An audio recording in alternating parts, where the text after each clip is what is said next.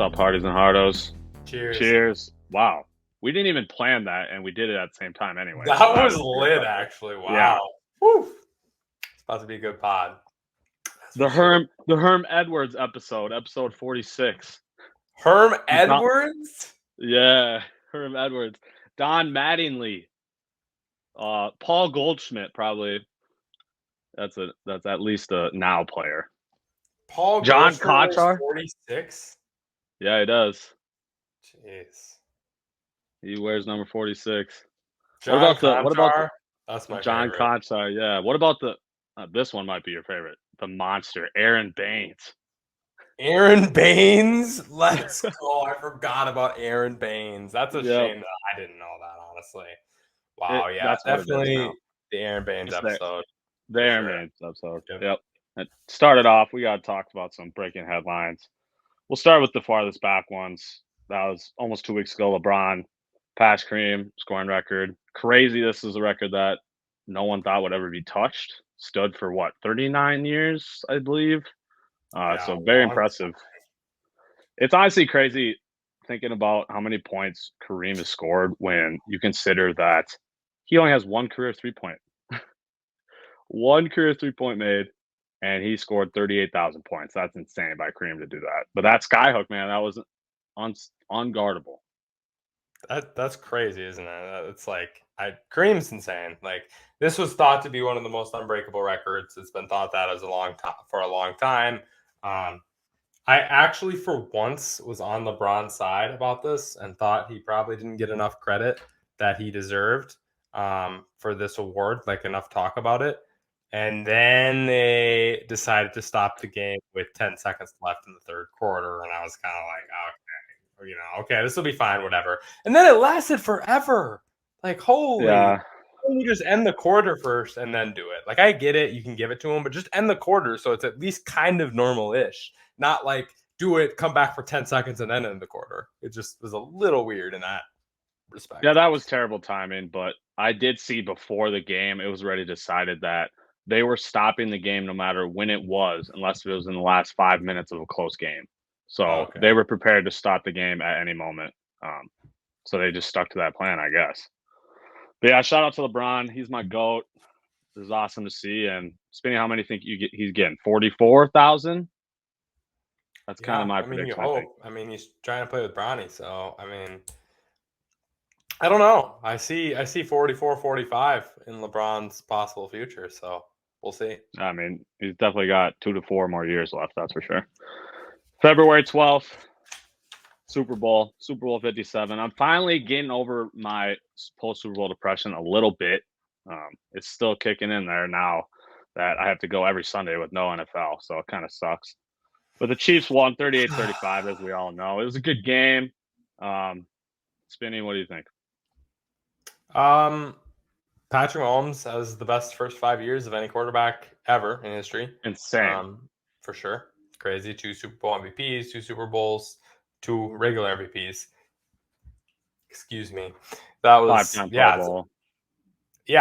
it's just craziness. Andy Reid, is a genius, and anyone not giving him credit is dumb as well. Like what he did with McNabb, and then basically reviving Michael Vick's career, and then making the playoffs every year with Alex Smith, who is obviously slightly above average, and then to absolute dynasty, almost dynasty level with Pat Mahomes, 5 straight hosting the AFC Championship. So huge credit to those guys. Lots of awesomeness over there, and who could have called it, honestly? Oh, wait.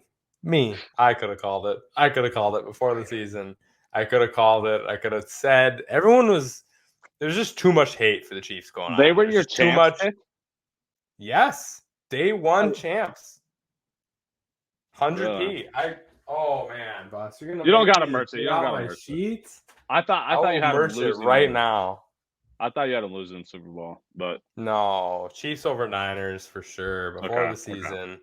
So yeah, I could have saw it coming, and it was just too much hate. And going into those years when everyone is counting them out, I just feel like those are the years. So credit to the Chiefs. Philly played a great game, and I think crazy storyline from that side is Jalen Hurts proved he's legit. Actually, I think Like he played. If the Eagles won, he was hands down MVP. He could have had votes for MVP as a losing team. Like it was Yeah, I was just an gonna say. extremely awesome performance from Jalen Hurts, who had them throughout the playoffs, but really proved it in this game. And I gotta take my dub on the Chiefs. I'm gonna take my L on Jalen Hurts. He is definitely gonna be in that top tier of quarterback. He is that guy, that's for sure. I was even about to say that I think that was, at least in recent memory, the best performance from a losing quarterback in the Super Bowl. The only other one that really stands out is when Tom Brady threw 450 yards or whatever he had. 503 from Tom. Yeah, so those would be the two that stand out to me, but that was, definitely an impressive performance by Jalen Hurts. That's for sure. They do have a lot to overcome this offseason, and we'll get into that a little bit later here in this episode. Next headline we got, though, Spinny, they voted, MLB did, to keep the runner on second base in extras. That a rule that is now permanent. That's a permanent rule. What do you think about this?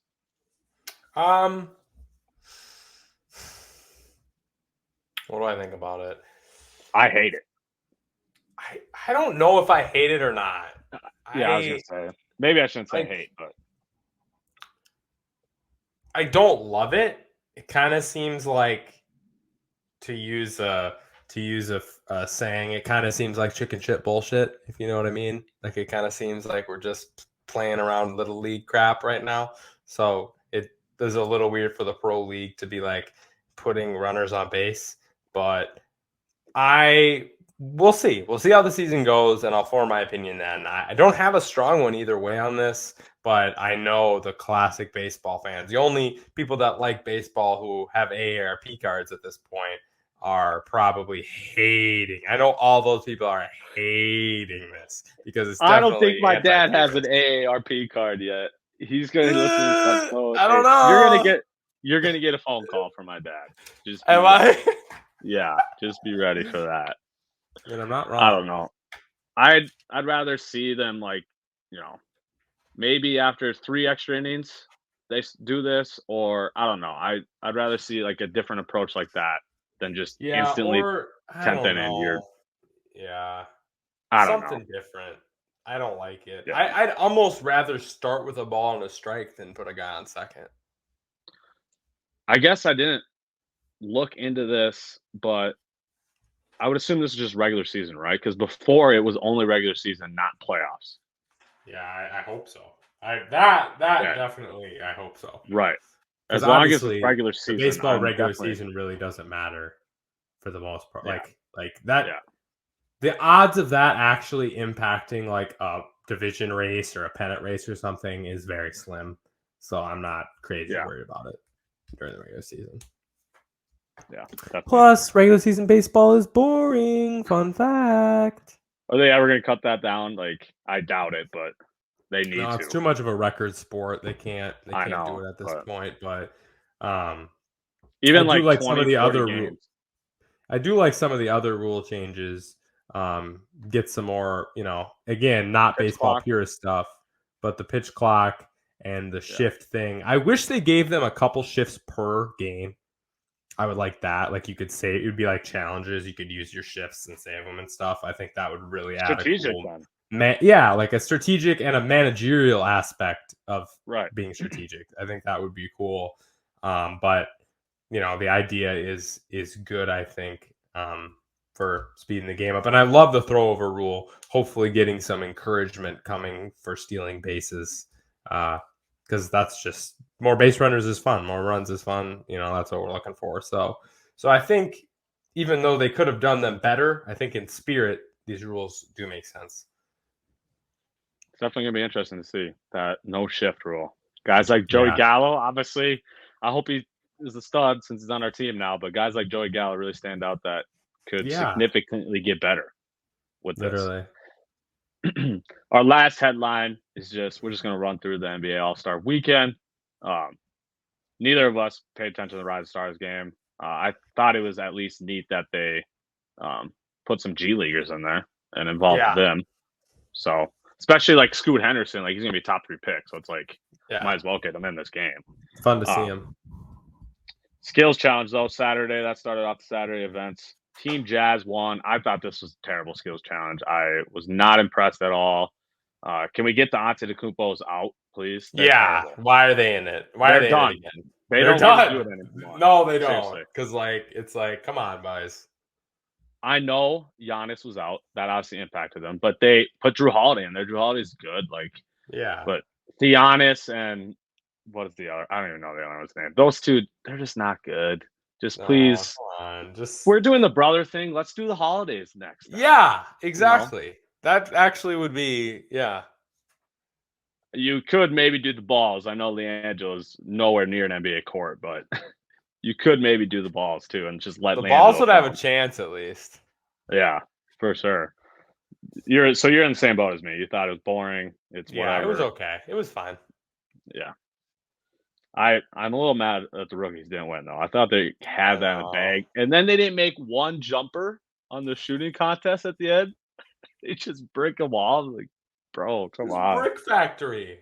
Yeah. Speaking of Brick Factory, there was at least half of the 3-point shooters were just straight Brick Nation. Julius Randle, Kevin Huerter was, oh my God, Kevin Huerter was brutal. Bad. Tyler Hero was bad too, but yeah, Kevin Huerter was definitely the worst. But Dame, he won the 3-point contest, finally got it done, and of course, after in his interview, he says he's done now. He's retired. He got his championship, so now he can retire. And he pulled the Larry Bird. He pulled the Larry Bird too, and told everyone that he told the other participants he was winning before the contest happened. So that was a classic Dame Lillard story move right there. The one thing I got right from my predictions: Damian winning the 3-point contest. So shout out Dame. Speaking of getting things one thing right. No, 2. You did get 2, but the first one you got right. Saturday night dunk contest. Mac McClung, he put on a show. Only one to put on a show. Otherwise, dunk contest is pretty terrible in my opinion. Trey Murphy had 1 or 2 pretty good dunks. The Jose one was cool. Yeah, that one's cool. I like that one. Yeah. Otherwise, wow. Mac McClung, 6'2" white dude, just comes in and puts on a show. A lot of people are letting him know. How could you not pick up Mac McClung? How could you not? I know he's been doing this. He's been doing this. He's been doing this since he was 15 years old. We've been watching his videos on YouTube of this man just slamming it. I'm kind of a KJ Martin stan, so I just had to pick him because I know he's a high flyer. His dad was in the NBA, whatever. So that's just kind of why I picked KJ. But yeah, Mac, he put on a show like he has been for years. So this didn't really surprise too many people. But I know he was getting reamed beforehand by a lot of people, including my roommate, former guest on this podcast, Chase Richter, trying to say that he shouldn't be in there just because he's in the G League. What do you think about that? Oh, yep. So you didn't like that. That was my reaction too. I was like, bro, let's put the best guys in the dunk contest. I don't care. I just want to have some entertainment.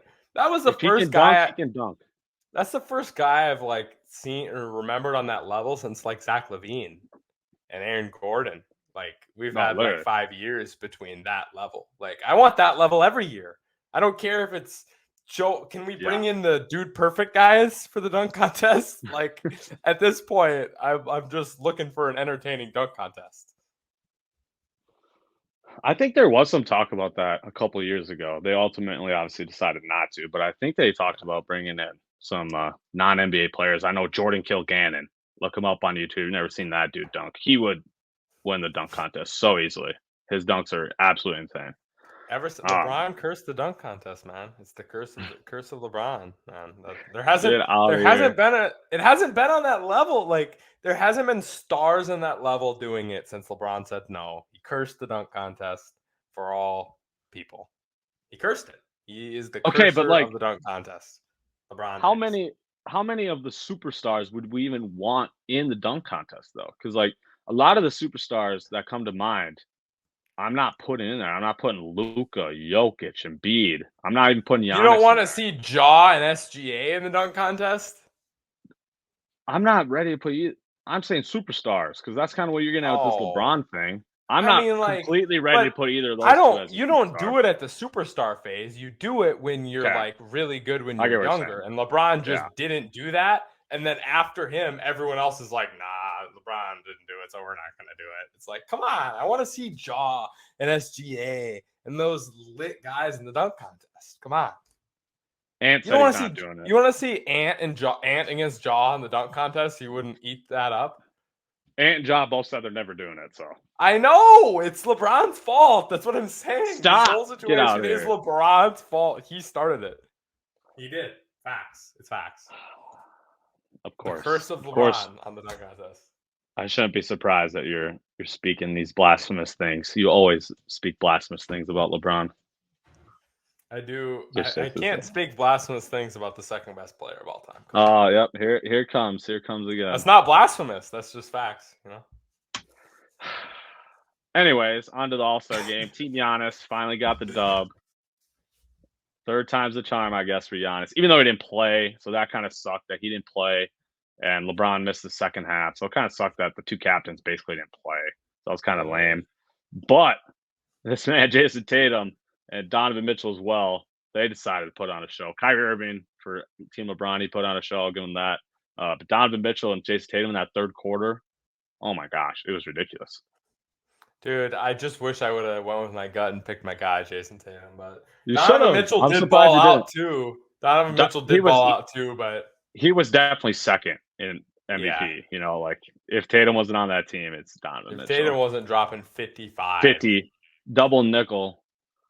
Yeah. Also, though, the game was awful. Like, I'm usually not this guy.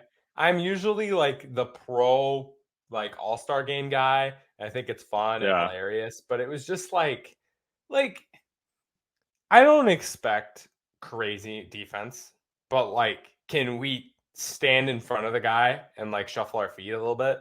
You know what I mean? Like can we not like have Brown and Tatum playing one-on-one with the other four dudes literally standing on the 3-point line? Like, it was kind of a little like what, dude? You didn't like that? Those are your boys, dude. That was funny. That actually, I mean, I liked part of it, but like I would have liked the other guys to kind of at least pretend like they were trying, you know? Well, I do think a lot of it had to do with the fact that this was like the first All-Star game that like actually wasn't really close. Like, true. Since they've done this quarter by quarter thing, it's gone down. It's been really close, yeah. Yeah. And so they've actually like tried more on defense, and it was entertaining.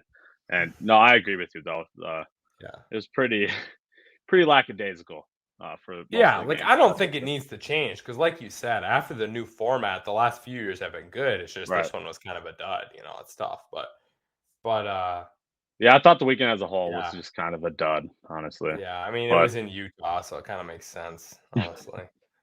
That it would be a dud. My favorite part was Brown pulling out the "you're little" on Jason Tatum. That was funny. My favorite parts of the whole night, honestly. That was funny. Well, Spinny, I think it's about that time we get Jaylen Brown. Mass Jaylen Brown is back too, by the way. I thought he was supposed to be out for weeks. Masked, baby. Masked up. Come on. Yeah. Man, we've seen it with how many other players that they just unlock different levels when they wear the mask. So Masked Jaylen Brown. Kobe, baby. LeBron, Kyrie. I mean, the list goes on and on. And Jaylen Brown's better than all those guys, so it makes sense. Get the hell out of here, dude. Get out of here. Let's bring him on. Get our guest on there. Let's bring him on. Let's do it. Our guy, George Fisk. Welcome to the pod. What's up, guys? Thanks for having me on. Yes, sir. He's about to spew all of his knowledge on coaches, NFL coaches. We're about to talk about a little NFL coaching carousel segment here. We'll start with some offensive coordinators and defensive coordinators.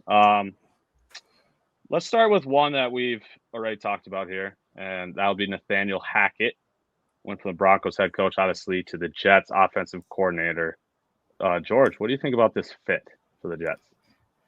Yeah, I mean, obviously, utter disaster in Denver. And if I'm correct, when he was in Green Bay, he was involved in the offensive game planning, but not calling plays, right? It was LaFleur calling the plays, whereas now in New York, he'll call the plays with Robert Saleh being the defensive coach. So, I mean, I don't know. I'm a little suspicious of the offensive play callers that don't call plays. And then the one time he did call plays was a disaster, and he gave it up midseason. And so, I don't know. I don't like it. But at the same time, you see guys like Fangio comes to mind. Like sometimes maybe they're just better fit for a coordinator role. And it seems like he had a good reputation heading into the head coach Carousel last year. So I don't know. Maybe I could see it working out, but on the surface, I thought it was probably the sketchiest hire. That's what I was thinking too. I'm glad you put it that way. Spinny, you had pretty much similar thoughts, I believe. Classic right? Jets hire, honestly. I mean, it is a big swing. I like taking a big swing on a guy who, even though it was one of the worst head coaching seasons we've ever seen, like it was like Urban Meyer bad, and Urban Meyer was just bad because he couldn't be a normal human off the field. But this was atrocious play calling and horrible game management. So I'm a little sussed about it, and I don't think he's got to be on quarterback situation, right? No, so like for sure. For him, I don't necessarily get it either, because wouldn't you want to go to a place when you're to work with a guy who you thought could further your career, not try to make a guy who's horrible better when you just did horrible? It's just a lot of horrible going into one thing, and it's the Jets, so I just am a little sus of it. I definitely agree. I mean, go ahead. Oh yeah, I mean, it does sound like the Jets are pretty adamant about going after a veteran quarterback. So I guess like if they got some Derek Carr type and had a good offense, it's like first good Jets offense in forever would be a good look for him. But yeah, I don't see it happening. Unless it's the Aaron Rodgers move. They just got him to get Rodgers, but true. Maybe. And in that case, I like it. If that actually happens and that was and that was the tipping point, then it was a good hire. True. I agree. I just don't see it happening. But we'll see. We will see. I'd imagine he's going to be on a short leash, though, given how terrible his head coaching tenure was with the Broncos. That's for sure. Bill O'Brien came from Alabama to Patriots, where he was obviously back in the day. How you like this hire? Do you wish they would have gone a different direction, or you kind of like going back to old ways? Yeah, I think I like it, especially for Belichick. I don't know. I mean, obviously he had success in New England the first time, and when he coached Houston, I mean, I actually thought he was a great coach. Like they were really a good team for most of his years there and had a good offense. I feel like he started getting clowned on when he became GM as well and made that ridiculous Hopkins for David Johnson trade. So maybe not a good GM, but like by all evidence, a good play caller, good offensive mind. And I don't know. Yeah, to me, they're righting the wrong they made last year with making the Patricia the game caller. At the time, I didn't want to doubt it because I'm like, it's Belichick. He deserves the benefit of the doubt. But, I mean, it was obviously terrible.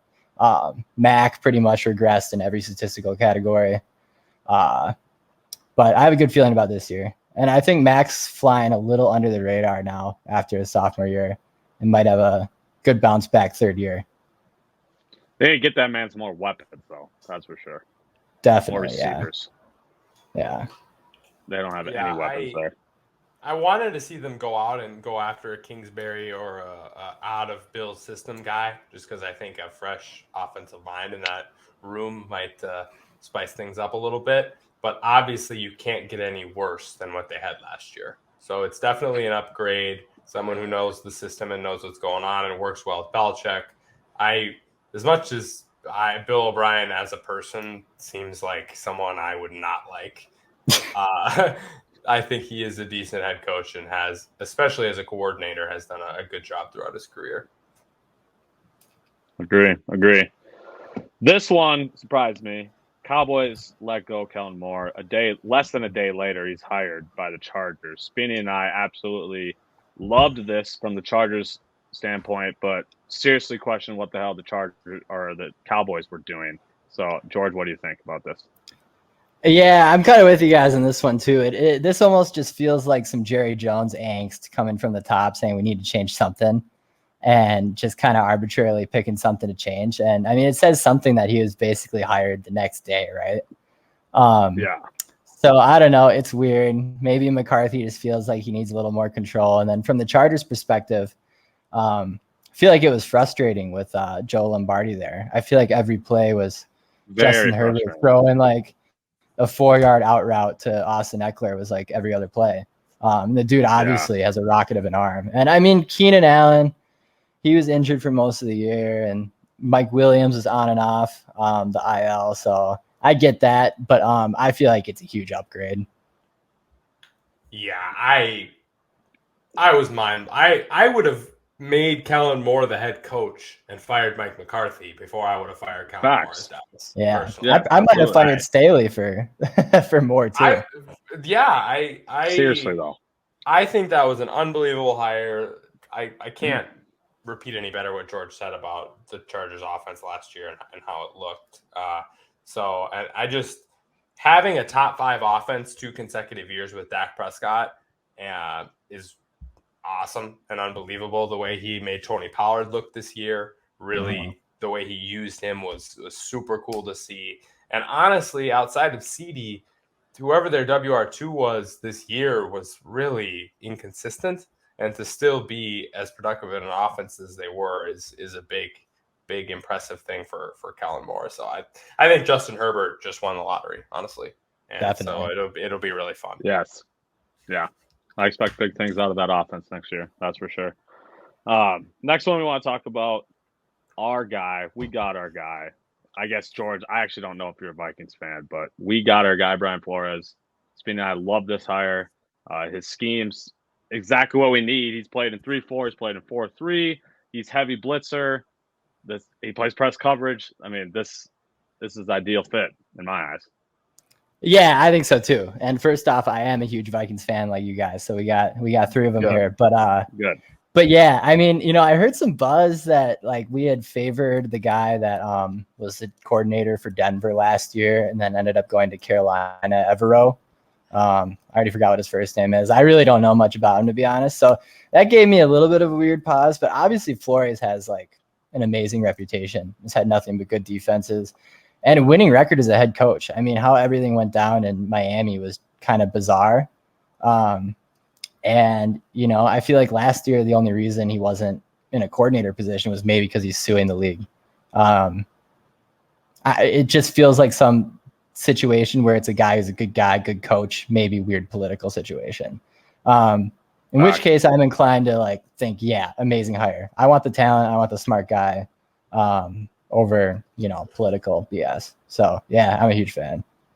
I love the flexibility he brings on defense. I think that's really a cool, uncommon thing. And just to go further on, like George said, having a winning record as a head coach with subpar quarterback play, that is something that rarely ever happens in the NFL. And the way he changed around the Dolphins defense in those 3 years was unbelievably amazing. And we saw, as good as they were on offense this year with McDaniel, how much they regressed on D. So absolute great hire by the Vikes. Well, speaking of the Dolphins defense, this jumps well to the next guy, and that's Vic Fangio. Came from the Eagles as a consultant for them to their defense coordinator for the Dolphins. Obviously, like you said, George, earlier, this just seems like a good fit because he's had a lot of success as a coordinator. Obviously, he wasn't very successful as a head coach, but he's been successful as a coordinator. And with that step back that the defense took this year, I think this was a good hire, getting an experienced guy like this.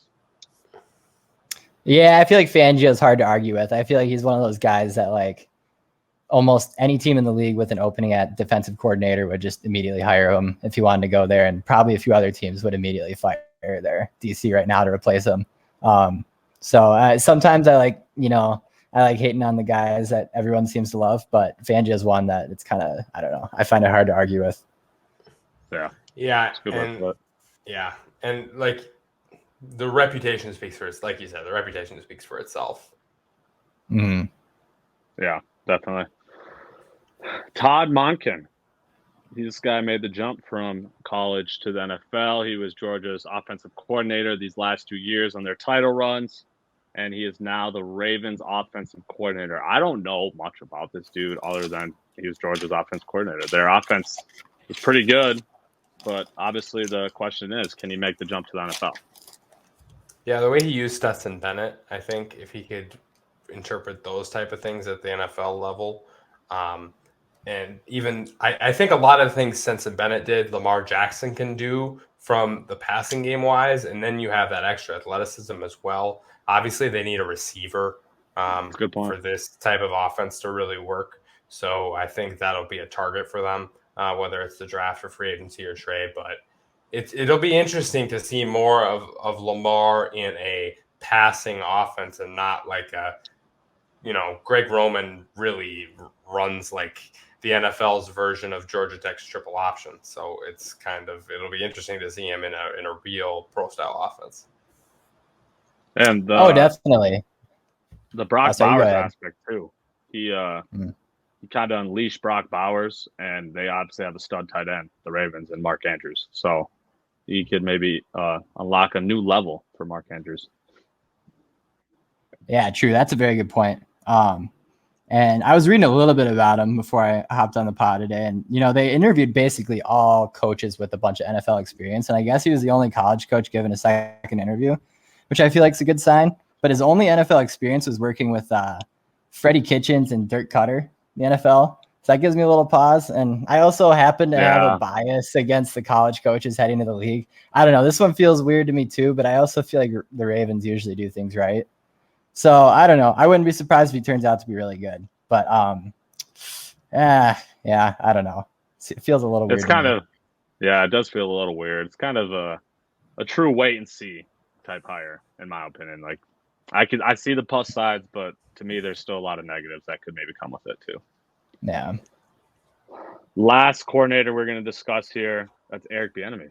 That's big news here recently. He went from the Chiefs, obviously, to the Commanders. Slight promotion because he's assistant head coach for the Commanders as well.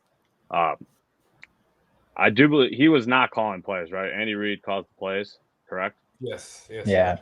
So how much, my main question for you two would be, how much of the Chiefs' offensive success should be placed on Eric Bieniemy? If any at all. You can have that opinion if you want, but is it just Mahomes and Andy Reid that is why this offense is successful, or? Yeah, I mean, I don't know. Mahomes obviously on his way to being the GOAT. Reid has had, like you guys brought up earlier, success in every offense with tons of quarterbacks. So it's hard to, from our positions, I feel like, to claim, oh, he definitely had a huge role in it. I could easily see it just being a Reid and Mahomes thing. And obviously, too, we have the evidence that he hasn't exactly interviewed well in the past when teams have interviewed him for head coaching positions. So it seems a little suspicious to me. But with that said, years spent under the tutelage of maybe the best offensive mind in the league is probably a really good thing. Calling plays is important. But, if you have extremely well-designed plays, and he did indeed have a big part in it, then it probably does, say something to how good of a coach he is. And obviously Mahomes seems to love him too. So it's a bit wait and see, I guess, from my perspective. But I do like it for the most part, I think. The way Andy Reid speaks about him too, right? And obviously, you're not going to speak bad about somebody who's working under you. So there's a little bit of a read into it going on. But the way Reid talks about Bieniemy being involved in the play design makes me more positive. But my question is, why the Commanders? Why this OC job? And why right now? I just worry about the weapons available in the Commanders' offense, as well as the toxic culture in Washington that's pretty prevalent. And they pick 16th. They don't have a high pick, and you're going to go in with, Wentz or Heineke or Jimmy G or whoever you're going to try to get. I don't know. I find the move questionable from the perspective of his choice. What do we think? Yeah, I think the team, I'm with you on the aspect of going to the Commanders. I agree with those points. I do think the timing is probably right, though, for him to switch teams, just because of the fact that they just won their second Super Bowl. I don't think the talk of, oh, this is all Andy Reid and Mahomes is gonna change. So he needs to get out of there and prove to other people that he can be successful without those guys. Because otherwise it's just going to keep going in the cycle over and over and over again. So I thought this was probably the right time for him to do it, because obviously he's been trying these last couple of years to leave for obviously a head coaching position, but either way.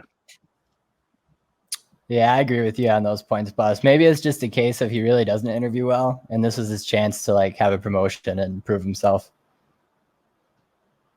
Yeah, for sure. They definitely. You got to figure out that quarterback situation, though. That's for sure. Yeah. Now we're gonna talk about some head coaches. Let's start with Frank Reich. We talked about him a little bit on the pod. Obviously, was the Colts head coach before he was fired, and is now the Panthers head coach. I guess I'm okay with this. They still need an OC. He needs to hire an offensive coordinator, so that'll be that's very important to see who he brings in as his offensive coordinator, because he is a defensive mind, right or no? Frank Reich? No, Frank Reich. I think he's offensive. Yeah, he's the quarterback guy. What do you think, though, George? Yeah, well, he was the OC too for the Eagles team that won the Super Bowl with Doug Peterson, and obviously had a winning record as a coach. So, for those reasons, I'm inclined to think it's probably a good hire, and I think Carolina's in dire need of an offensive guy too. As much as maybe the players would have liked Steve Wilks to be hired, it's interesting that the players probably would have wanted Steve Wilks to be hired, but they still went ahead with Reich. But yeah, I think I'm a huge fan of like the Doug Peterson, Frank Reich kind of circle of coaches. I have a feeling it's going to go really well. Yeah, well, I would think so too. This is obviously a team that needs a quarterback, though. So we'll see what they're able to do this offseason. Obviously, a lot of talk about them potentially trading up with the Bears to get one of these guys. So we'll see what happens with the Panthers. What do you think, Spinny? Panthers hired Thomas Brown as offensive coordinator just today. So, oh, really? Okay. Yeah. Who is Thomas Brown? Little break. Thomas Brown. He was previously the offensive coordinator, running backs coach at University of Miami. Okay. Played college football at Georgia. He was with the Rams. He was the running back coach of the Rams in 2020. Previous NFL experience. Also, D'Angelo Hall, defensive backs coach. So that's fun. Really? Former NFL corners back in the league. D'Angelo. Nice. Huh. Interesting. Yeah, I didn't see that OC hire today. Let's move on to these Eagles guys. Both the DC and the OC for the Eagles left for head coaching jobs. Let's start with John Gannon, who was the defensive coordinator, went to the Cardinals for the head coaching job. Is this kind of we got the guy who we want, we're waiting to get the guy we want situation, or is this just the last option? Just to me, it seems like this is the last option. Yeah, a little bit. With how many guys they interviewed and how late he was in the process, and disclaimer that what I'm about to say I don't really use to evaluate a candidate, but if you look at the Cardinals Twitter page right now, they have like a little introduction to like him meeting the players, and my gosh, he's very, very awkward. Holy crap. It's a really hilarious video. But I don't hold that against him. Maybe you're just awkward, not good at small talk. Obviously, super successful defense last year, but also a lot of talent. Also kind of got ripped to shreds in the Super Bowl. I don't know. With that said, though, I read a little bit about him as well before the pod.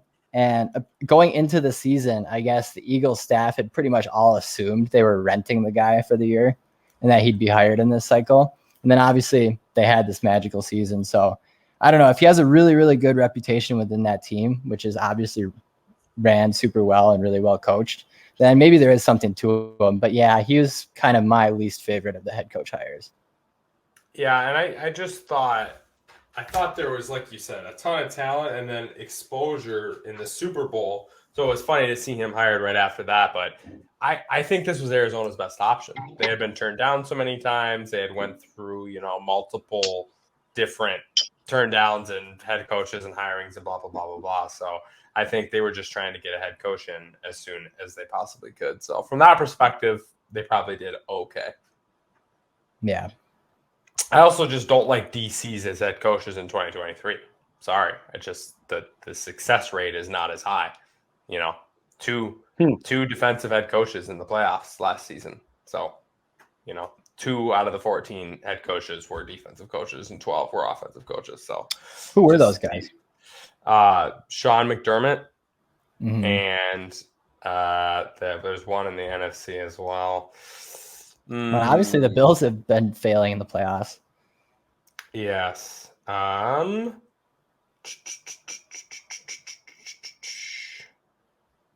Oh, Pete Carroll. Oh yeah. Yep, Pete Carroll.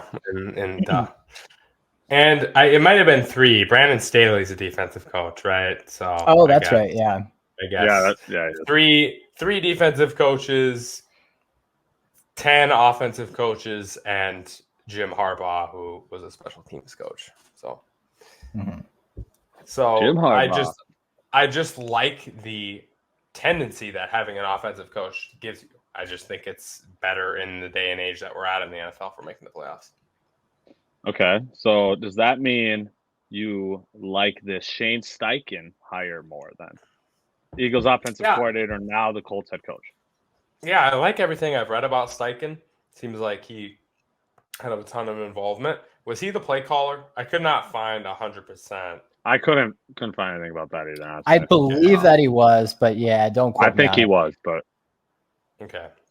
Because I know Sirianni is obviously an offensive coach as well. Speaking of introductory press conferences that worked out, the Gannon one, have you seen the Sirianni one from when he took the Eagles job, his first press conference? If you haven't, it might be the funniest, most awkward. It might be the worst press conference I've ever seen, honestly. And I was just like roasting him for it, and the Eagles for hiring him at the time, and now it looks amazing. So maybe it's just an Eagles coach's thing. The first press conference is just awful, but yeah, from everything I read about Steichen's play design, and obviously we've seen it with the Eagles this year, how good and creative their offense was. So I like that hire. I like the offensive coach hire. The Colts got to get the quarterback right, though. No, they got to get their guy now. They can figure that out. Facts. Major facts. What do you think, George? Yeah. You have any additional thoughts? Yeah, I mean, I read a little article about him too ahead of this, and I mean, it sounds like the Colts, apparently they put him through some like ridiculous 10-hour long interview, like battery of tests, scenarios, and all that stuff, and like the unanimous answer out of it, and of course they hired the guy, so they'll say this, was that he was just brilliant. There was another quote from Phillip Rivers that he was like a savant like kind of guy, like just genius type. And the quarterbacks he's worked with in the past are most prominently are Rivers, Herbert, and Hurts. And I'm like, that's a pretty good track record too. It's a pretty good track record. So, I mean, if all those things line up, and then, I mentioned this a little bit earlier, but like speaking of coaching trees, like we had Doug Peterson, who I think is a great coach, offensive guy. Frank Reich was his offensive coordinator in Philly. Then Frank Reich had Sirianni as his offensive coordinator. He goes back to Philly. And then Steichen's his offensive coordinator, and that guy goes back to Indy. It's like I have a feeling maybe they're just trading good offensive coaches and just training them well. I don't know. Whipping them around in there. Yeah, that's what it seems like. But so I don't know. Yeah, this is this is maybe one of my favorites. Obviously Sean Payton, we'll get to that, but yeah, I really liked it. Well, let's just jump Sean Payton now. We got Sean Payton and DeMeco Ryans, last two guys we're going to talk about. DeMeco, 49ers defensive coordinator, obviously now Texans head coach. Sean Payton came out of retirement and is now the Broncos head coach. I mean, the Broncos obviously won the offseason here. Getting Sean Payton, he was obviously the most coveted coach out there, and they got him, and they needed him bad. So they need that culture change, and Russ has got to do it now. It's all on Russ from this point on, in my opinion. Oh yeah, definitely. And I mean, Sean Payton, do you guys know much about his coaching history prior to the Saints? Obviously, it was a great run with Drew Brees and everything. There is a little part of me that maybe sometimes wonders, like, did Brees help kind of elevate Payton's reputation a little bit? That's a fair point. Maybe he's like, I think there might be a slight chance that he's a little overrated and, something crazy could happen. But realistically, his reputation, it's another one where the reputation speaks for itself. Like it's hard for me to sit here and argue too much that he's not actually a good coach. And like you said, most coveted, something they had to do, no doubt. Yeah, for sure. And Payton comes from the Parcells tree. He was with Parcells in Dallas.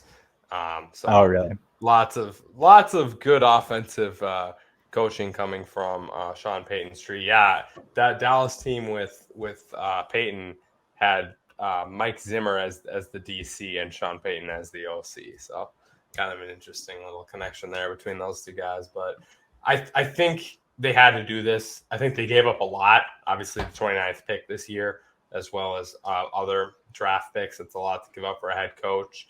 I've heard there's been communication between Breeze and Russ. I like that. I think Peyton has the reputation to be able to come in and be like, Russ, you got to shut up and do what I say.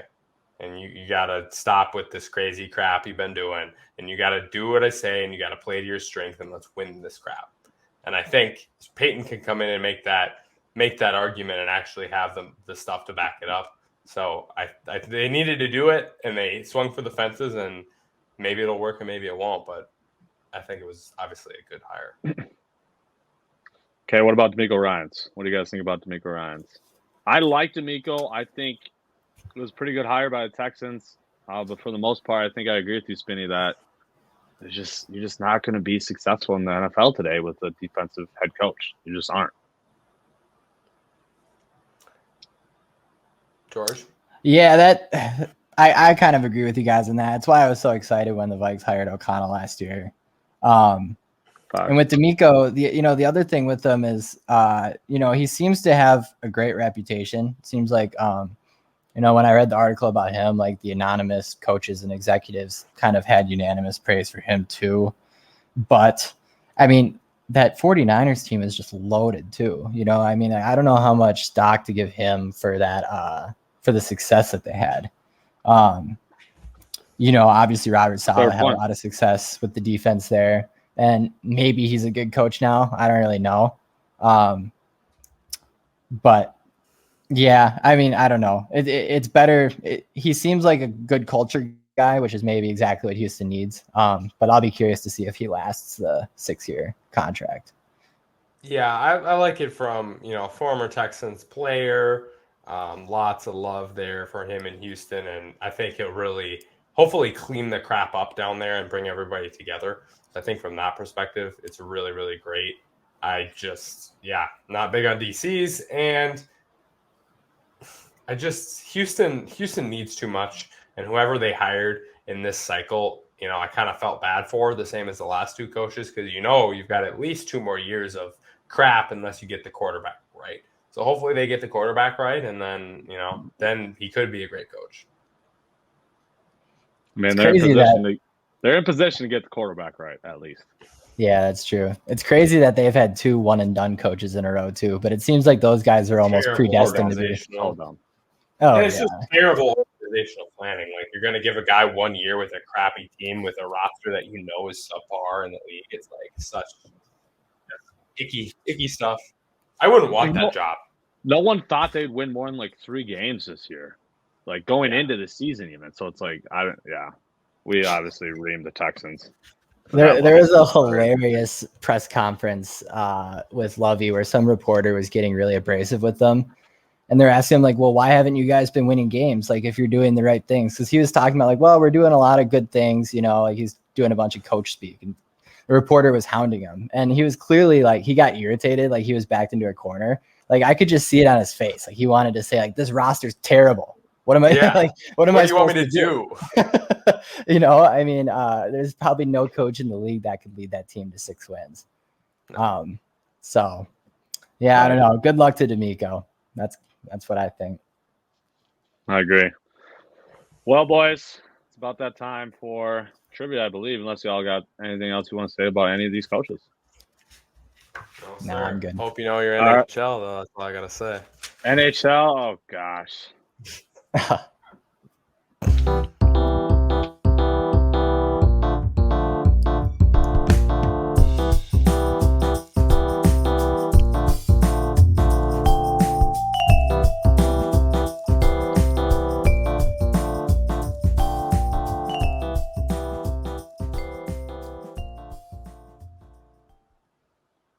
All right, George.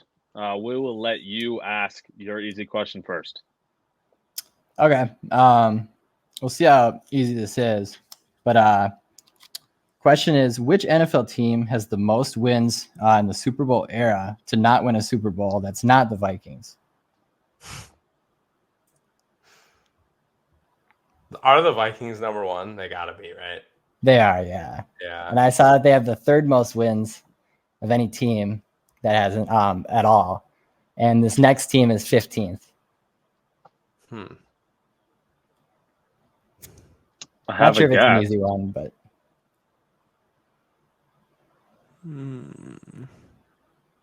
I have a guess.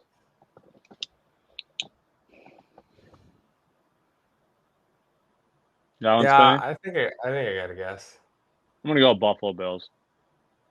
I'm gonna go. Oh, that was a good guess. Dang. I'm gonna go Arizona Cardinals. I was a little surprised by this one. Maybe it's not easy, so apologies if this is too hard. But the Titans, followed closely by the Chargers. Titans make sense too. Yeah, that one makes sense. Do the Cardinals have a Super Bowl? No, I don't think they do, right? Okay. I don't think so. No, they don't. You want me to go next? Yeah, you can go. Who leads the NHL in goals right now? Currently, this season, most goals.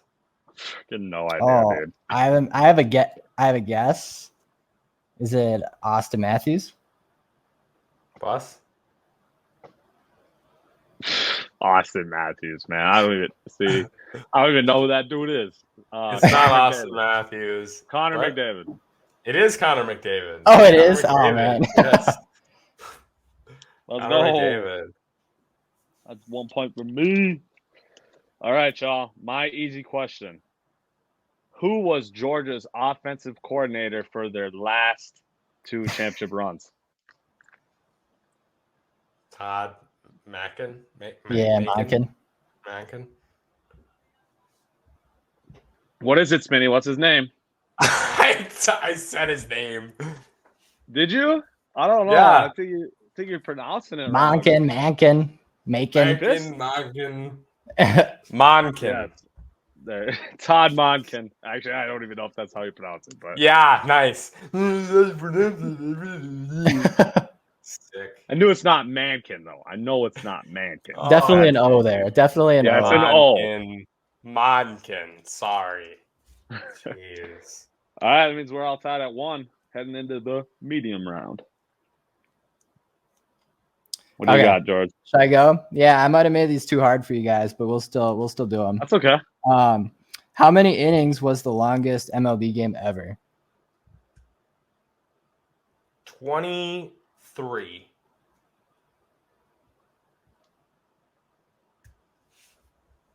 God, part of me wants to say 27. I know. That was my other guess, too, honestly. 27. I'll stick with that. Boss, you were extremely close. 26. But I got to reading about this game, and it was crazy. It was some game in 1920 between the Brooklyn Dodgers and Boston Braves. And it got left as a tie at 1-1 due to darkness. They didn't have lights. And that's true, yeah. Both starting pitchers went the whole way. 26 innings each. What? Yeah. 1 run allowed each, too. Crazy. No. And the game somehow only lasted 3 hours and 50 minutes. So everyone's just getting out. Which also makes no sense. Line drives for days. Yeah, it must have been. I couldn't even believe it when I was reading about it. Those pitchers were on one that game. They were. Yeah, seriously. I wonder how many pitches they threw. 200 probably. At least. At least, yeah. All right. This question's a little hard, so you have you get full points if you get either one of these 2 answers. Oh, so interesting. 2 points for 2 options. Who leads... Do I get a guess twice? Or do I get an answer both? You get just one. Yeah, you can answer both. Yeah, you can answer both. Okay. Who leads college basketball in points per game, and what school does he play for? College men's basketball, points per game, and what school does he play for? I would assume this is just D1. Yes. Okay. I don't know. First, that's fair. That's fair.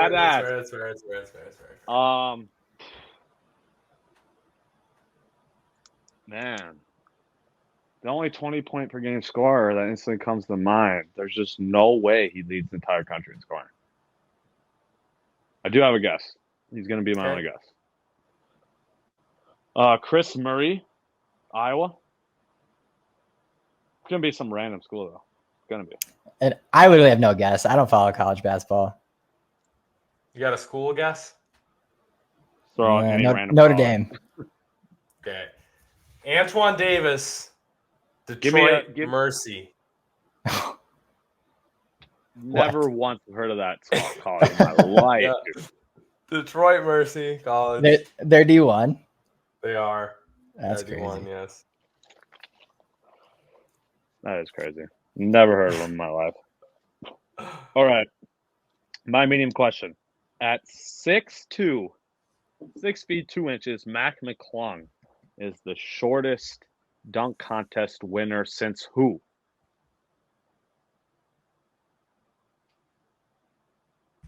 Did Nate Robinson ever do it? Nate Robinson final. That's my guess. You guys are both incorrect. Oh. This man, Donovan Mitchell, is 6'1". Oh. Donovan Mitchell, 2018 Slam Dunk Contest champion. Dang. 1 inch shorter. 1 inch. Sick. Still shorter. Sick question. Sick one. Still is. Extra cool question. Come on. It's not my fault you forgot Spider. Terrible question. Whatever, dude. We're all tied at 1. Yeah. So, Fisk, start us off with your hard question. All right, the hard one. The fact that it's hard, guess at least one team or one country you might not expect. Because the question is, between which two countries did the first international cricket game occur? Low key, I actually think I've seen this question on like sports trivia website before, and I've just been trying to find questions. Oh, really? So first two countries you said? Or yeah, the first two to ever play an international match.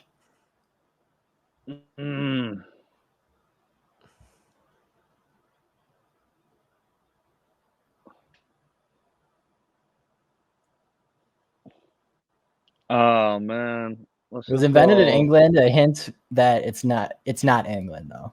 Oh, it's not England. No. Okay. That helps me out a little bit.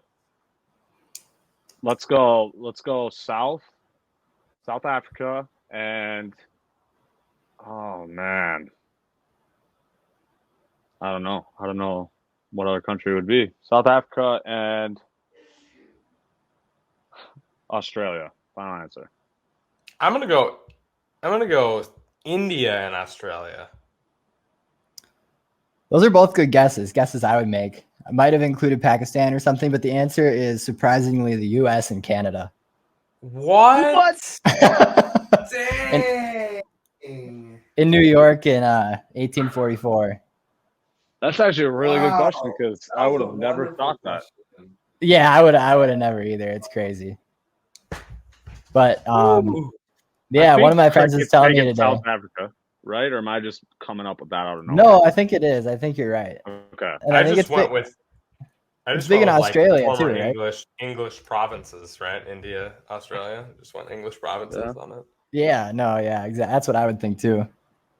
But all right, that's why they call it a hard question, I guess. True. That's crazy.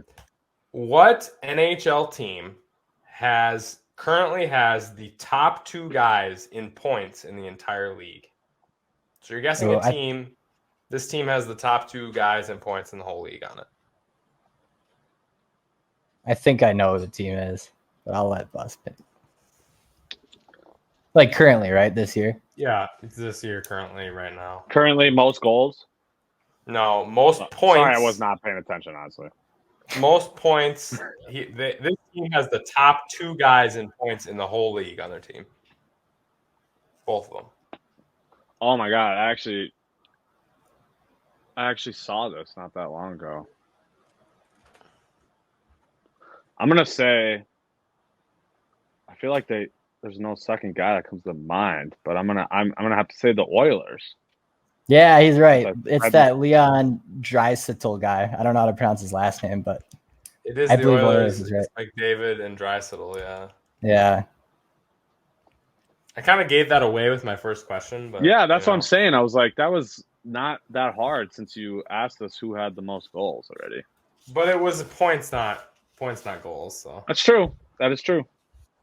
That's why I didn't know if like they had a second guy that'd be that high. I don't know anybody about the Oilers.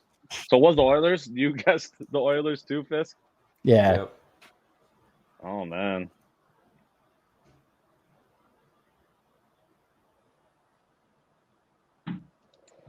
That means Fisk and I both have 4 points. Spinny has 1 point, and I still have my question remaining. So Fisk gets it, he wins. Spinny ties with all of us, or Fisk and I tie. It's a two-way tie. I did get a trivia question. That's what I was just doing on my phone. Tiebreaker trivia question from Chase. So if we need it, I got it. My hard question though: who leads the NBA in percentage of their total points coming from the free throw line? So player A, for example, player A has scored 1,000 points.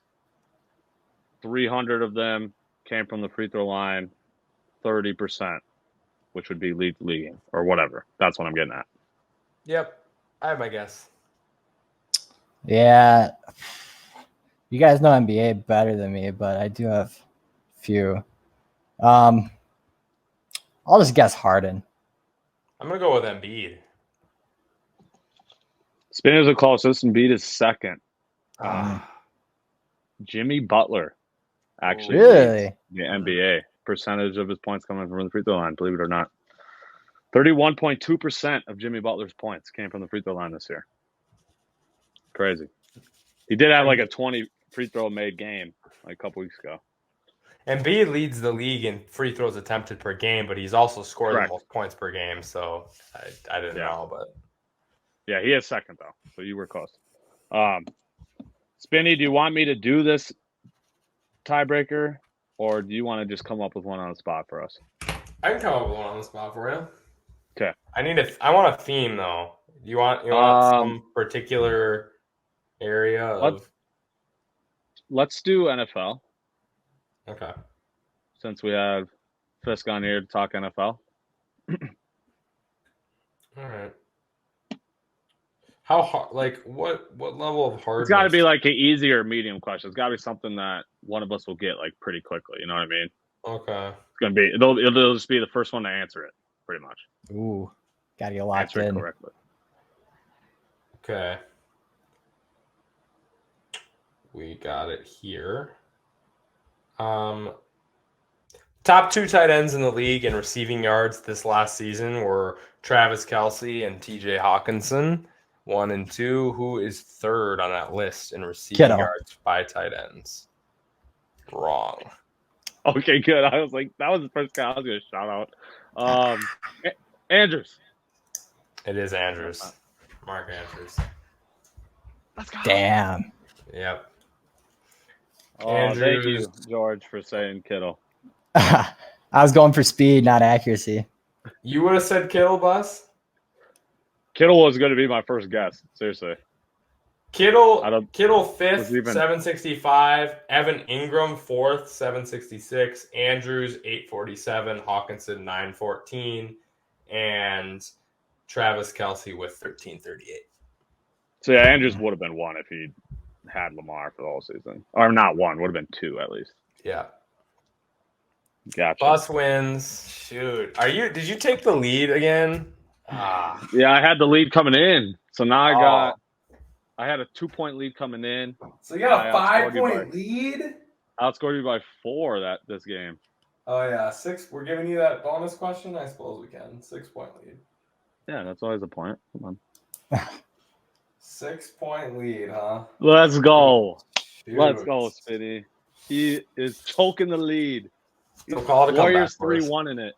Warriors 3-1. Nice. Woo! He's calling me out. I'm just playing. Well, George, we appreciate you coming on and spewing all your knowledge of these NFL coaches. And I'm glad I beat you in trivia. That was fun. This is a close one. Yeah, thanks for having me on, guys. It's fun. We'll get you back on here soon again. Sweet. Sure. Let's go. All right. Appreciate you, George. Talk soon. All right. See you guys.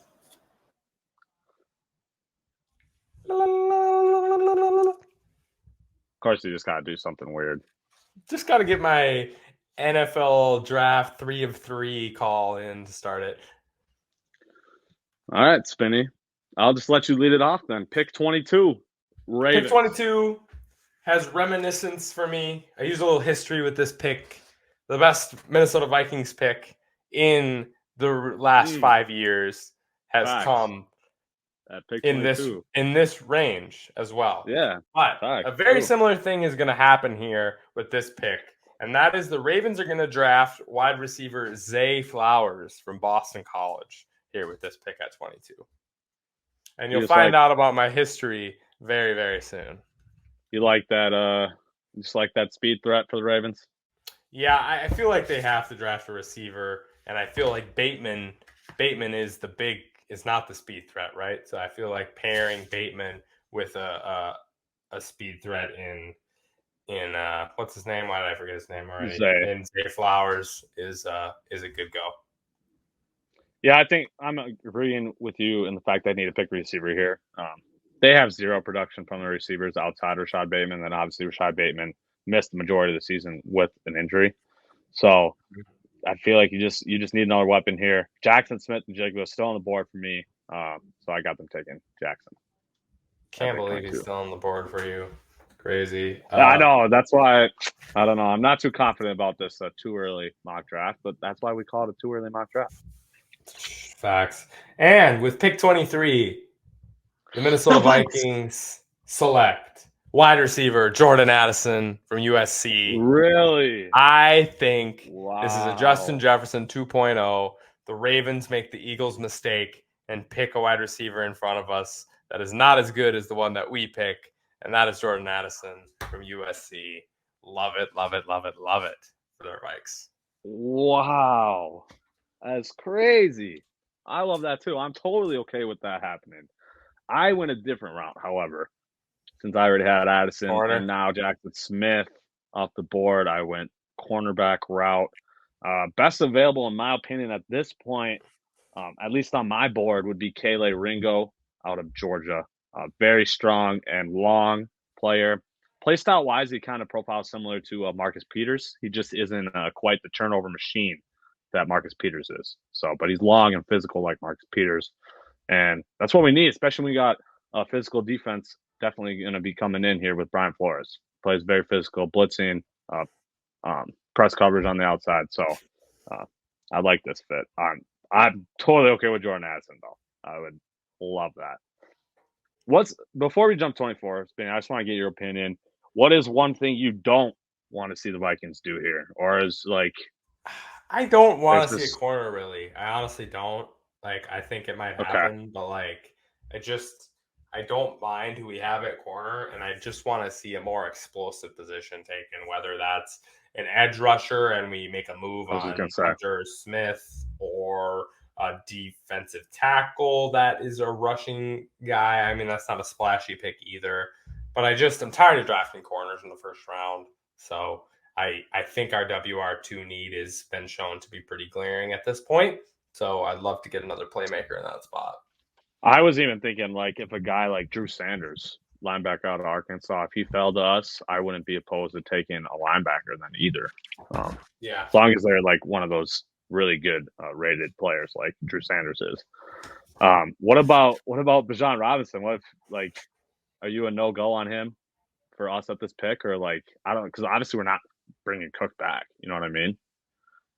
Yeah. I mean, yeah, I'd take Bijan. I think he's a playmaking game changer. So, yeah, I mean, yeah. Okay, I'm glad we're in agreement there. Jags, pick 24 here. I have them taking a playmaker in the tight end position, believe it or not. Dalton Kincaid, tight end out of Utah. A lot of good things about this man. And actually, the Jaguars, this is a huge team need, believe it or not. Obviously, Evan Ingram could be brought back, but all three tight ends on their depth chart are free agents. So this kind of just seems like a no-brainer. If Evan Ingram, after his great year, might command too much money in the free agent market and go elsewhere. So I see them replacing him with Dalton Kincaid and getting Trevor Lawrence another weapon. I like that. I want more defensive building for the Jags as they usually do. Deonte Banks, corner from Maryland, big physical guy, really good man coverage skills. So I think they could use a boost on the defensive end as well. So I went corner there for the Jags. Yeah, knowing Jags, they'll probably pick a defensive player. That's kind of what they usually do. Pick 25 belongs to the New York Giants. My opinion, this is a lock to be a wide receiver. One of these dudes is going to be available, whether it's Quinn Johnson, Jackson Smith, Jordan Addison, Zay Flowers. One of those four should still be available at this pick. So I'd imagine they're taking one of them. I'd be shocked if they didn't. They obviously need receiver help. Quinn Johnson's still on the board for me, so I got him taking Quinn Johnson, the tall receiver out of TCU. I have all four of those guys off the board. So I went an offensive skill position, not wide receiver. A guy that I think is better than Dalton Kincaid and should be the second tight end off the board. That is Luke Musgrove, tight end from Oregon State. Bigger guy, Musgrove is a little bit more of a blocker, but could develop into a real vertical threat. Yeah, for sure. I've seen like potentially as many as 4 tight ends sneaking in. Because there's also talk about, God, I'm drawing blank on his name, but out of Georgia. Oh, what is that the guy? I've seen him. Georgia. The Georgia one I've been seeing creeping into the second round, late first in some mocks. So I can't remember. Yeah, maybe that's the guy. But, oh yeah, Darnell Washington. Yeah, there it is. There it is. Yep, Darnell Washington. Yep. Yeah, those 4 are good. I saw them in various orders, and I just like Musgrove's upside better. So I went there. He's definitely a better blocker than Kincaid. So yeah. Pick 26, the old Dallas Cowboys. Now, I could see a big splash coming here. I think Bijan, if still available, is a guy we could maybe see here. They could go crazy with something like that. But I'm going smart. I think McCarthy is going to command a little respect in that room, and he's going to go on a big defensive need, something that they struggled with all last year, and that was rush D. So I have them going D tackle, and I'm sorry for this man whose name I'm about to butcher, Tuli Pilotu. I don't know. I just butchered that. I got him listed as an edge rusher for the NFL. Really? Okay. He played D tackle at USC though. Yeah, he did at Utah. Okay. He played D tackle at Utah. Yeah. So I like this guy. I think he brings obviously rush defense help as well as the ability to rush the passer.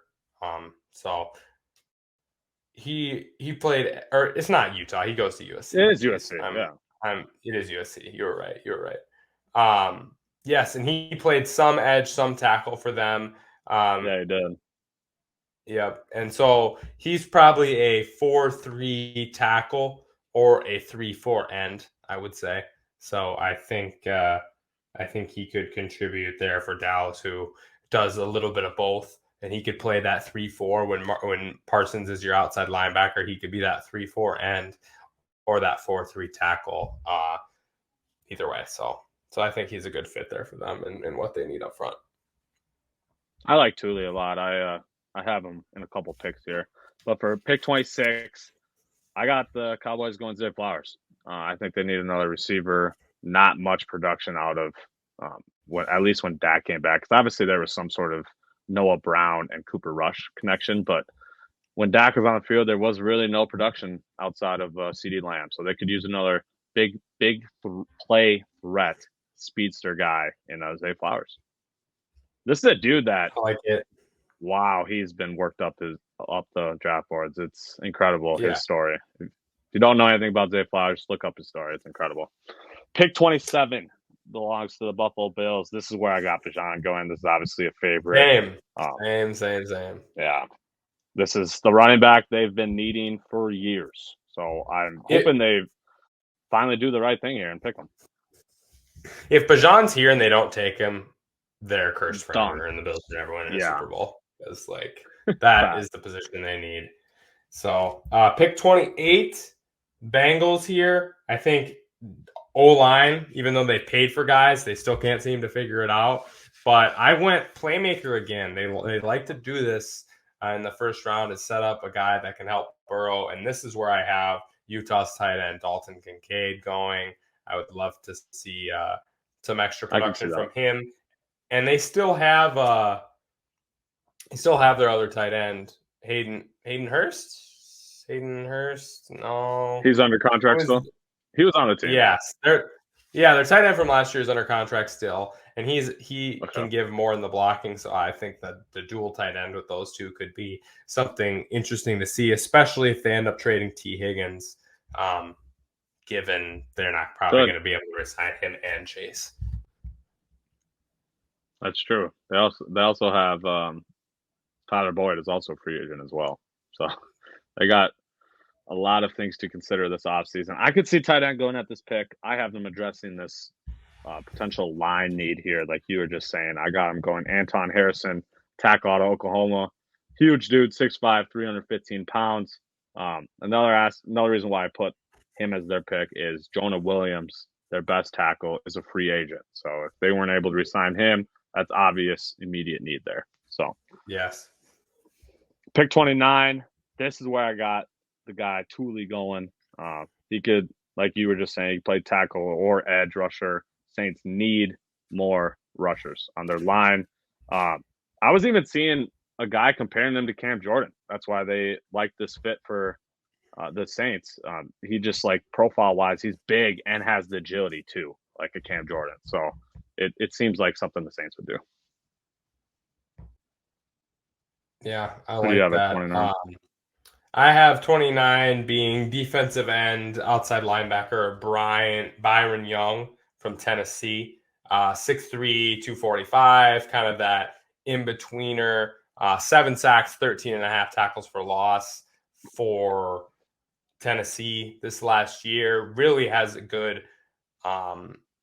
rush defense upside. So that's something I think the Saints could look at. But just a classic Saints player, really versatile pass rusher, run stopper who can do it all. I like it. Pick 30, the Eagles. There's a team that has a ton of free agents. Ton of guys potentially leaving the Eagles here in the offseason. I have them going Antonio Johnson, safety out of Texas A&M. One of those free agents that potentially is gone is C.J. Gardner-Johnson, their current safety. So just like how I had them addressing the potential James Bradbury leaving situation at pick 10, I have them addressing this C.J. Gardner-Johnson situation and picking a safety here. I like that. I had the Eagles going with Derek Hall, D-end, O-line, outside linebacker from Auburn. 15.5 sacks over the past 2 years. I think he could add some major pass rush here for Philly, who, like you said, is losing a lot of guys in that area. I also really thought about going with Cody Mock, the tackle from NDSU here. I think the Eagles O-line getting old, they could use another tackle as well. And I don't have him as my next pick, but I think Mock could easily make his way into the first round as the next available tackle. Yeah, I agree with that thought, actually. Offensive tackle. Yeah, he's going to be this late first round, early second round player, I believe. I'd be shocked if he fell to the end of second. My pick, so that was pick 30. Last pick here of the first round, pick 31, obviously only 31 picks since Dolphins had a forfeit. I have Andre Carter the second, outside linebacker / D end out of Navy. This dude is freaking humongous. He's 6'7", 260.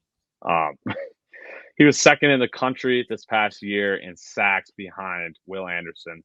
So that's pretty good company to be in. And I think it's him or Keon White, I should say. You could see Keon White sneaking into the first round. He's out of Georgia Tech. He's an edge rusher.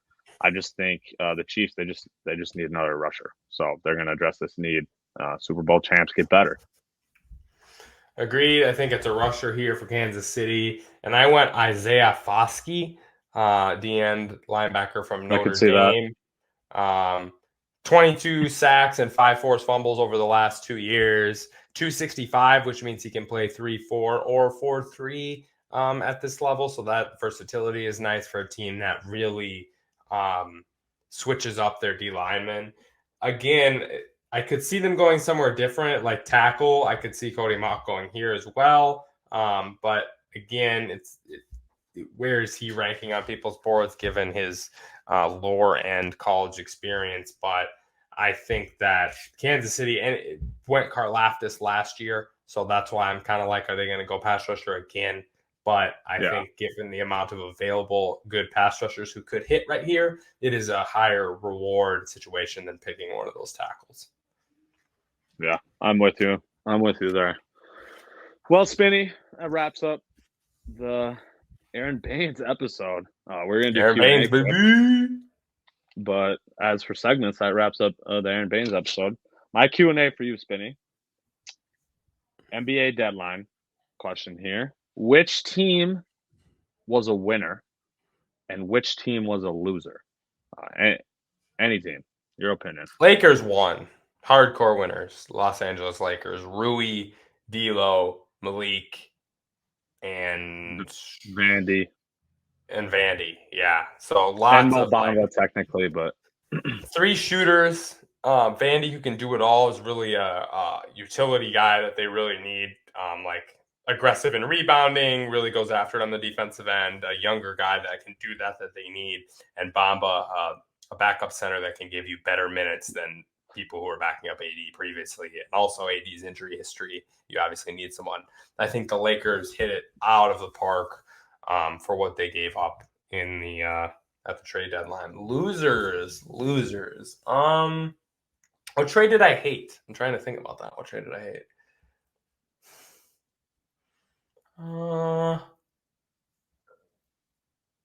Losers, honestly, Golden State giving up essentially Wiseman in 5 seconds and getting back Gary Payton, right?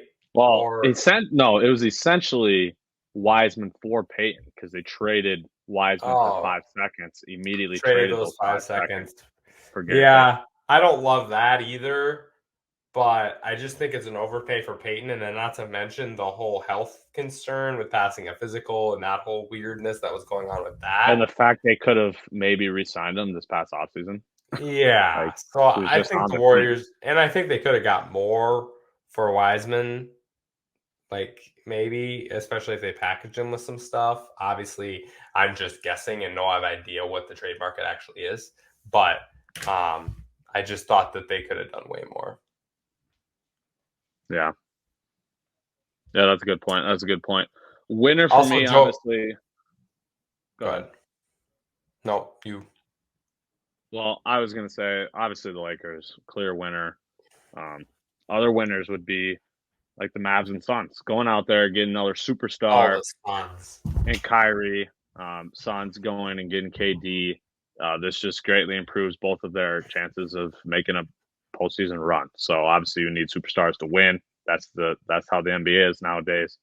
And so those are 2 other obvious winners at the deadline. Nets also lost. Also ridiculously bad. And just from the perspective of, if you're going to trade Kyrie, you could have got first-round picks from the Lakers that could potentially be good in 10 years. You know how up and down the Lakers are. Or you could have got other stuff way better. But instead, you traded for win-now players. And then you decided to trade KD. Instantly. And then, yeah. It's just the planning of those consecutive trades made no sense. And I don't love Mikal Bridges as your best guy you're getting back for Kevin Durant. Like, I think the Raptors would have gave up. You can't tell me the Raptors wouldn't have gave up more. Like, I'd rather have a think Siakam so too. or a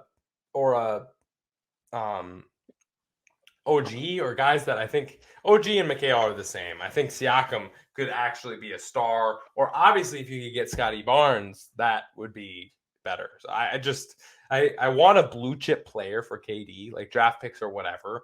And obviously the Suns are going to be pretty good probably. So it's just like, I just wanted a blue chipper, and I don't feel like they got that. I did see, though, that KD requested the trade to the Suns. So okay. I guess they wanted to appease him, and you know, because I figured if you're gonna do that, you should just say, I'm sorry. Like, I'm gonna trade you where I can get the best value. Because Yes. like you said, it seems like they could have got more from other teams. And so it almost seems like they just did whatever the best they could get from the Suns and did the deal. Like, it almost seems like they didn't even hear other offers, didn't even listen to them. You know what I mean? They weren't going to trade him, and then they're going to – I don't know. It just made no sense. Sean Marks doesn't know what he's doing, it seems like to me. Losers to me, two teams really stand out. I think, okay, I just not with this Raptors like essentially staying still mode. They got You're Pirtle, just mad because you have to get water dumped on your head on the pod. Man, I forgot. We should have been doing that today. Forgot about that. Next week we will do it. Next week? They needed to do something. Next week? Next week. We can do it next week. I actually legitimately forgot about that. We hold me to it. We can do that next week. But I just thought you either need to like extend these guys before the deadline passed or trade them. Like Fred is a free agent. OG's contract's near the end. Gary Trent's a free agent. Like, you're just going to let all these guys walk? Like, obviously they could potentially sign and trade them. But maybe the market's already gone by then, and teams are like, no, I'm not going to sign and trade with you. Like, I'm just going to wait till he becomes an unrestricted free agent and then sign him. Or, you know, like, there's that risk. So, just a little shocked that they stayed there when they were 9th or 10th in the East at the deadline date. I don't know what they are now. It's only been like an extra week of games, but yeah, so I was just shocked by them. And then the even bigger losers by far is the Chicago Bulls. What the hell are they doing? 0 moves. They didn't make one single trade. They didn't try to get anybody. They didn't get rid of their guys. Like, what are you doing? This is another like staying put situation. Like, you guys are like the 8th to 10th seed in the East. You're not going to get any better staying put. And so it's like, you're just going to keep these guys on your team and just stay in this purgatory zone, or, you know what I mean? It just, today they did sign Pat Bev. So they're clearly still trying to win, I guess.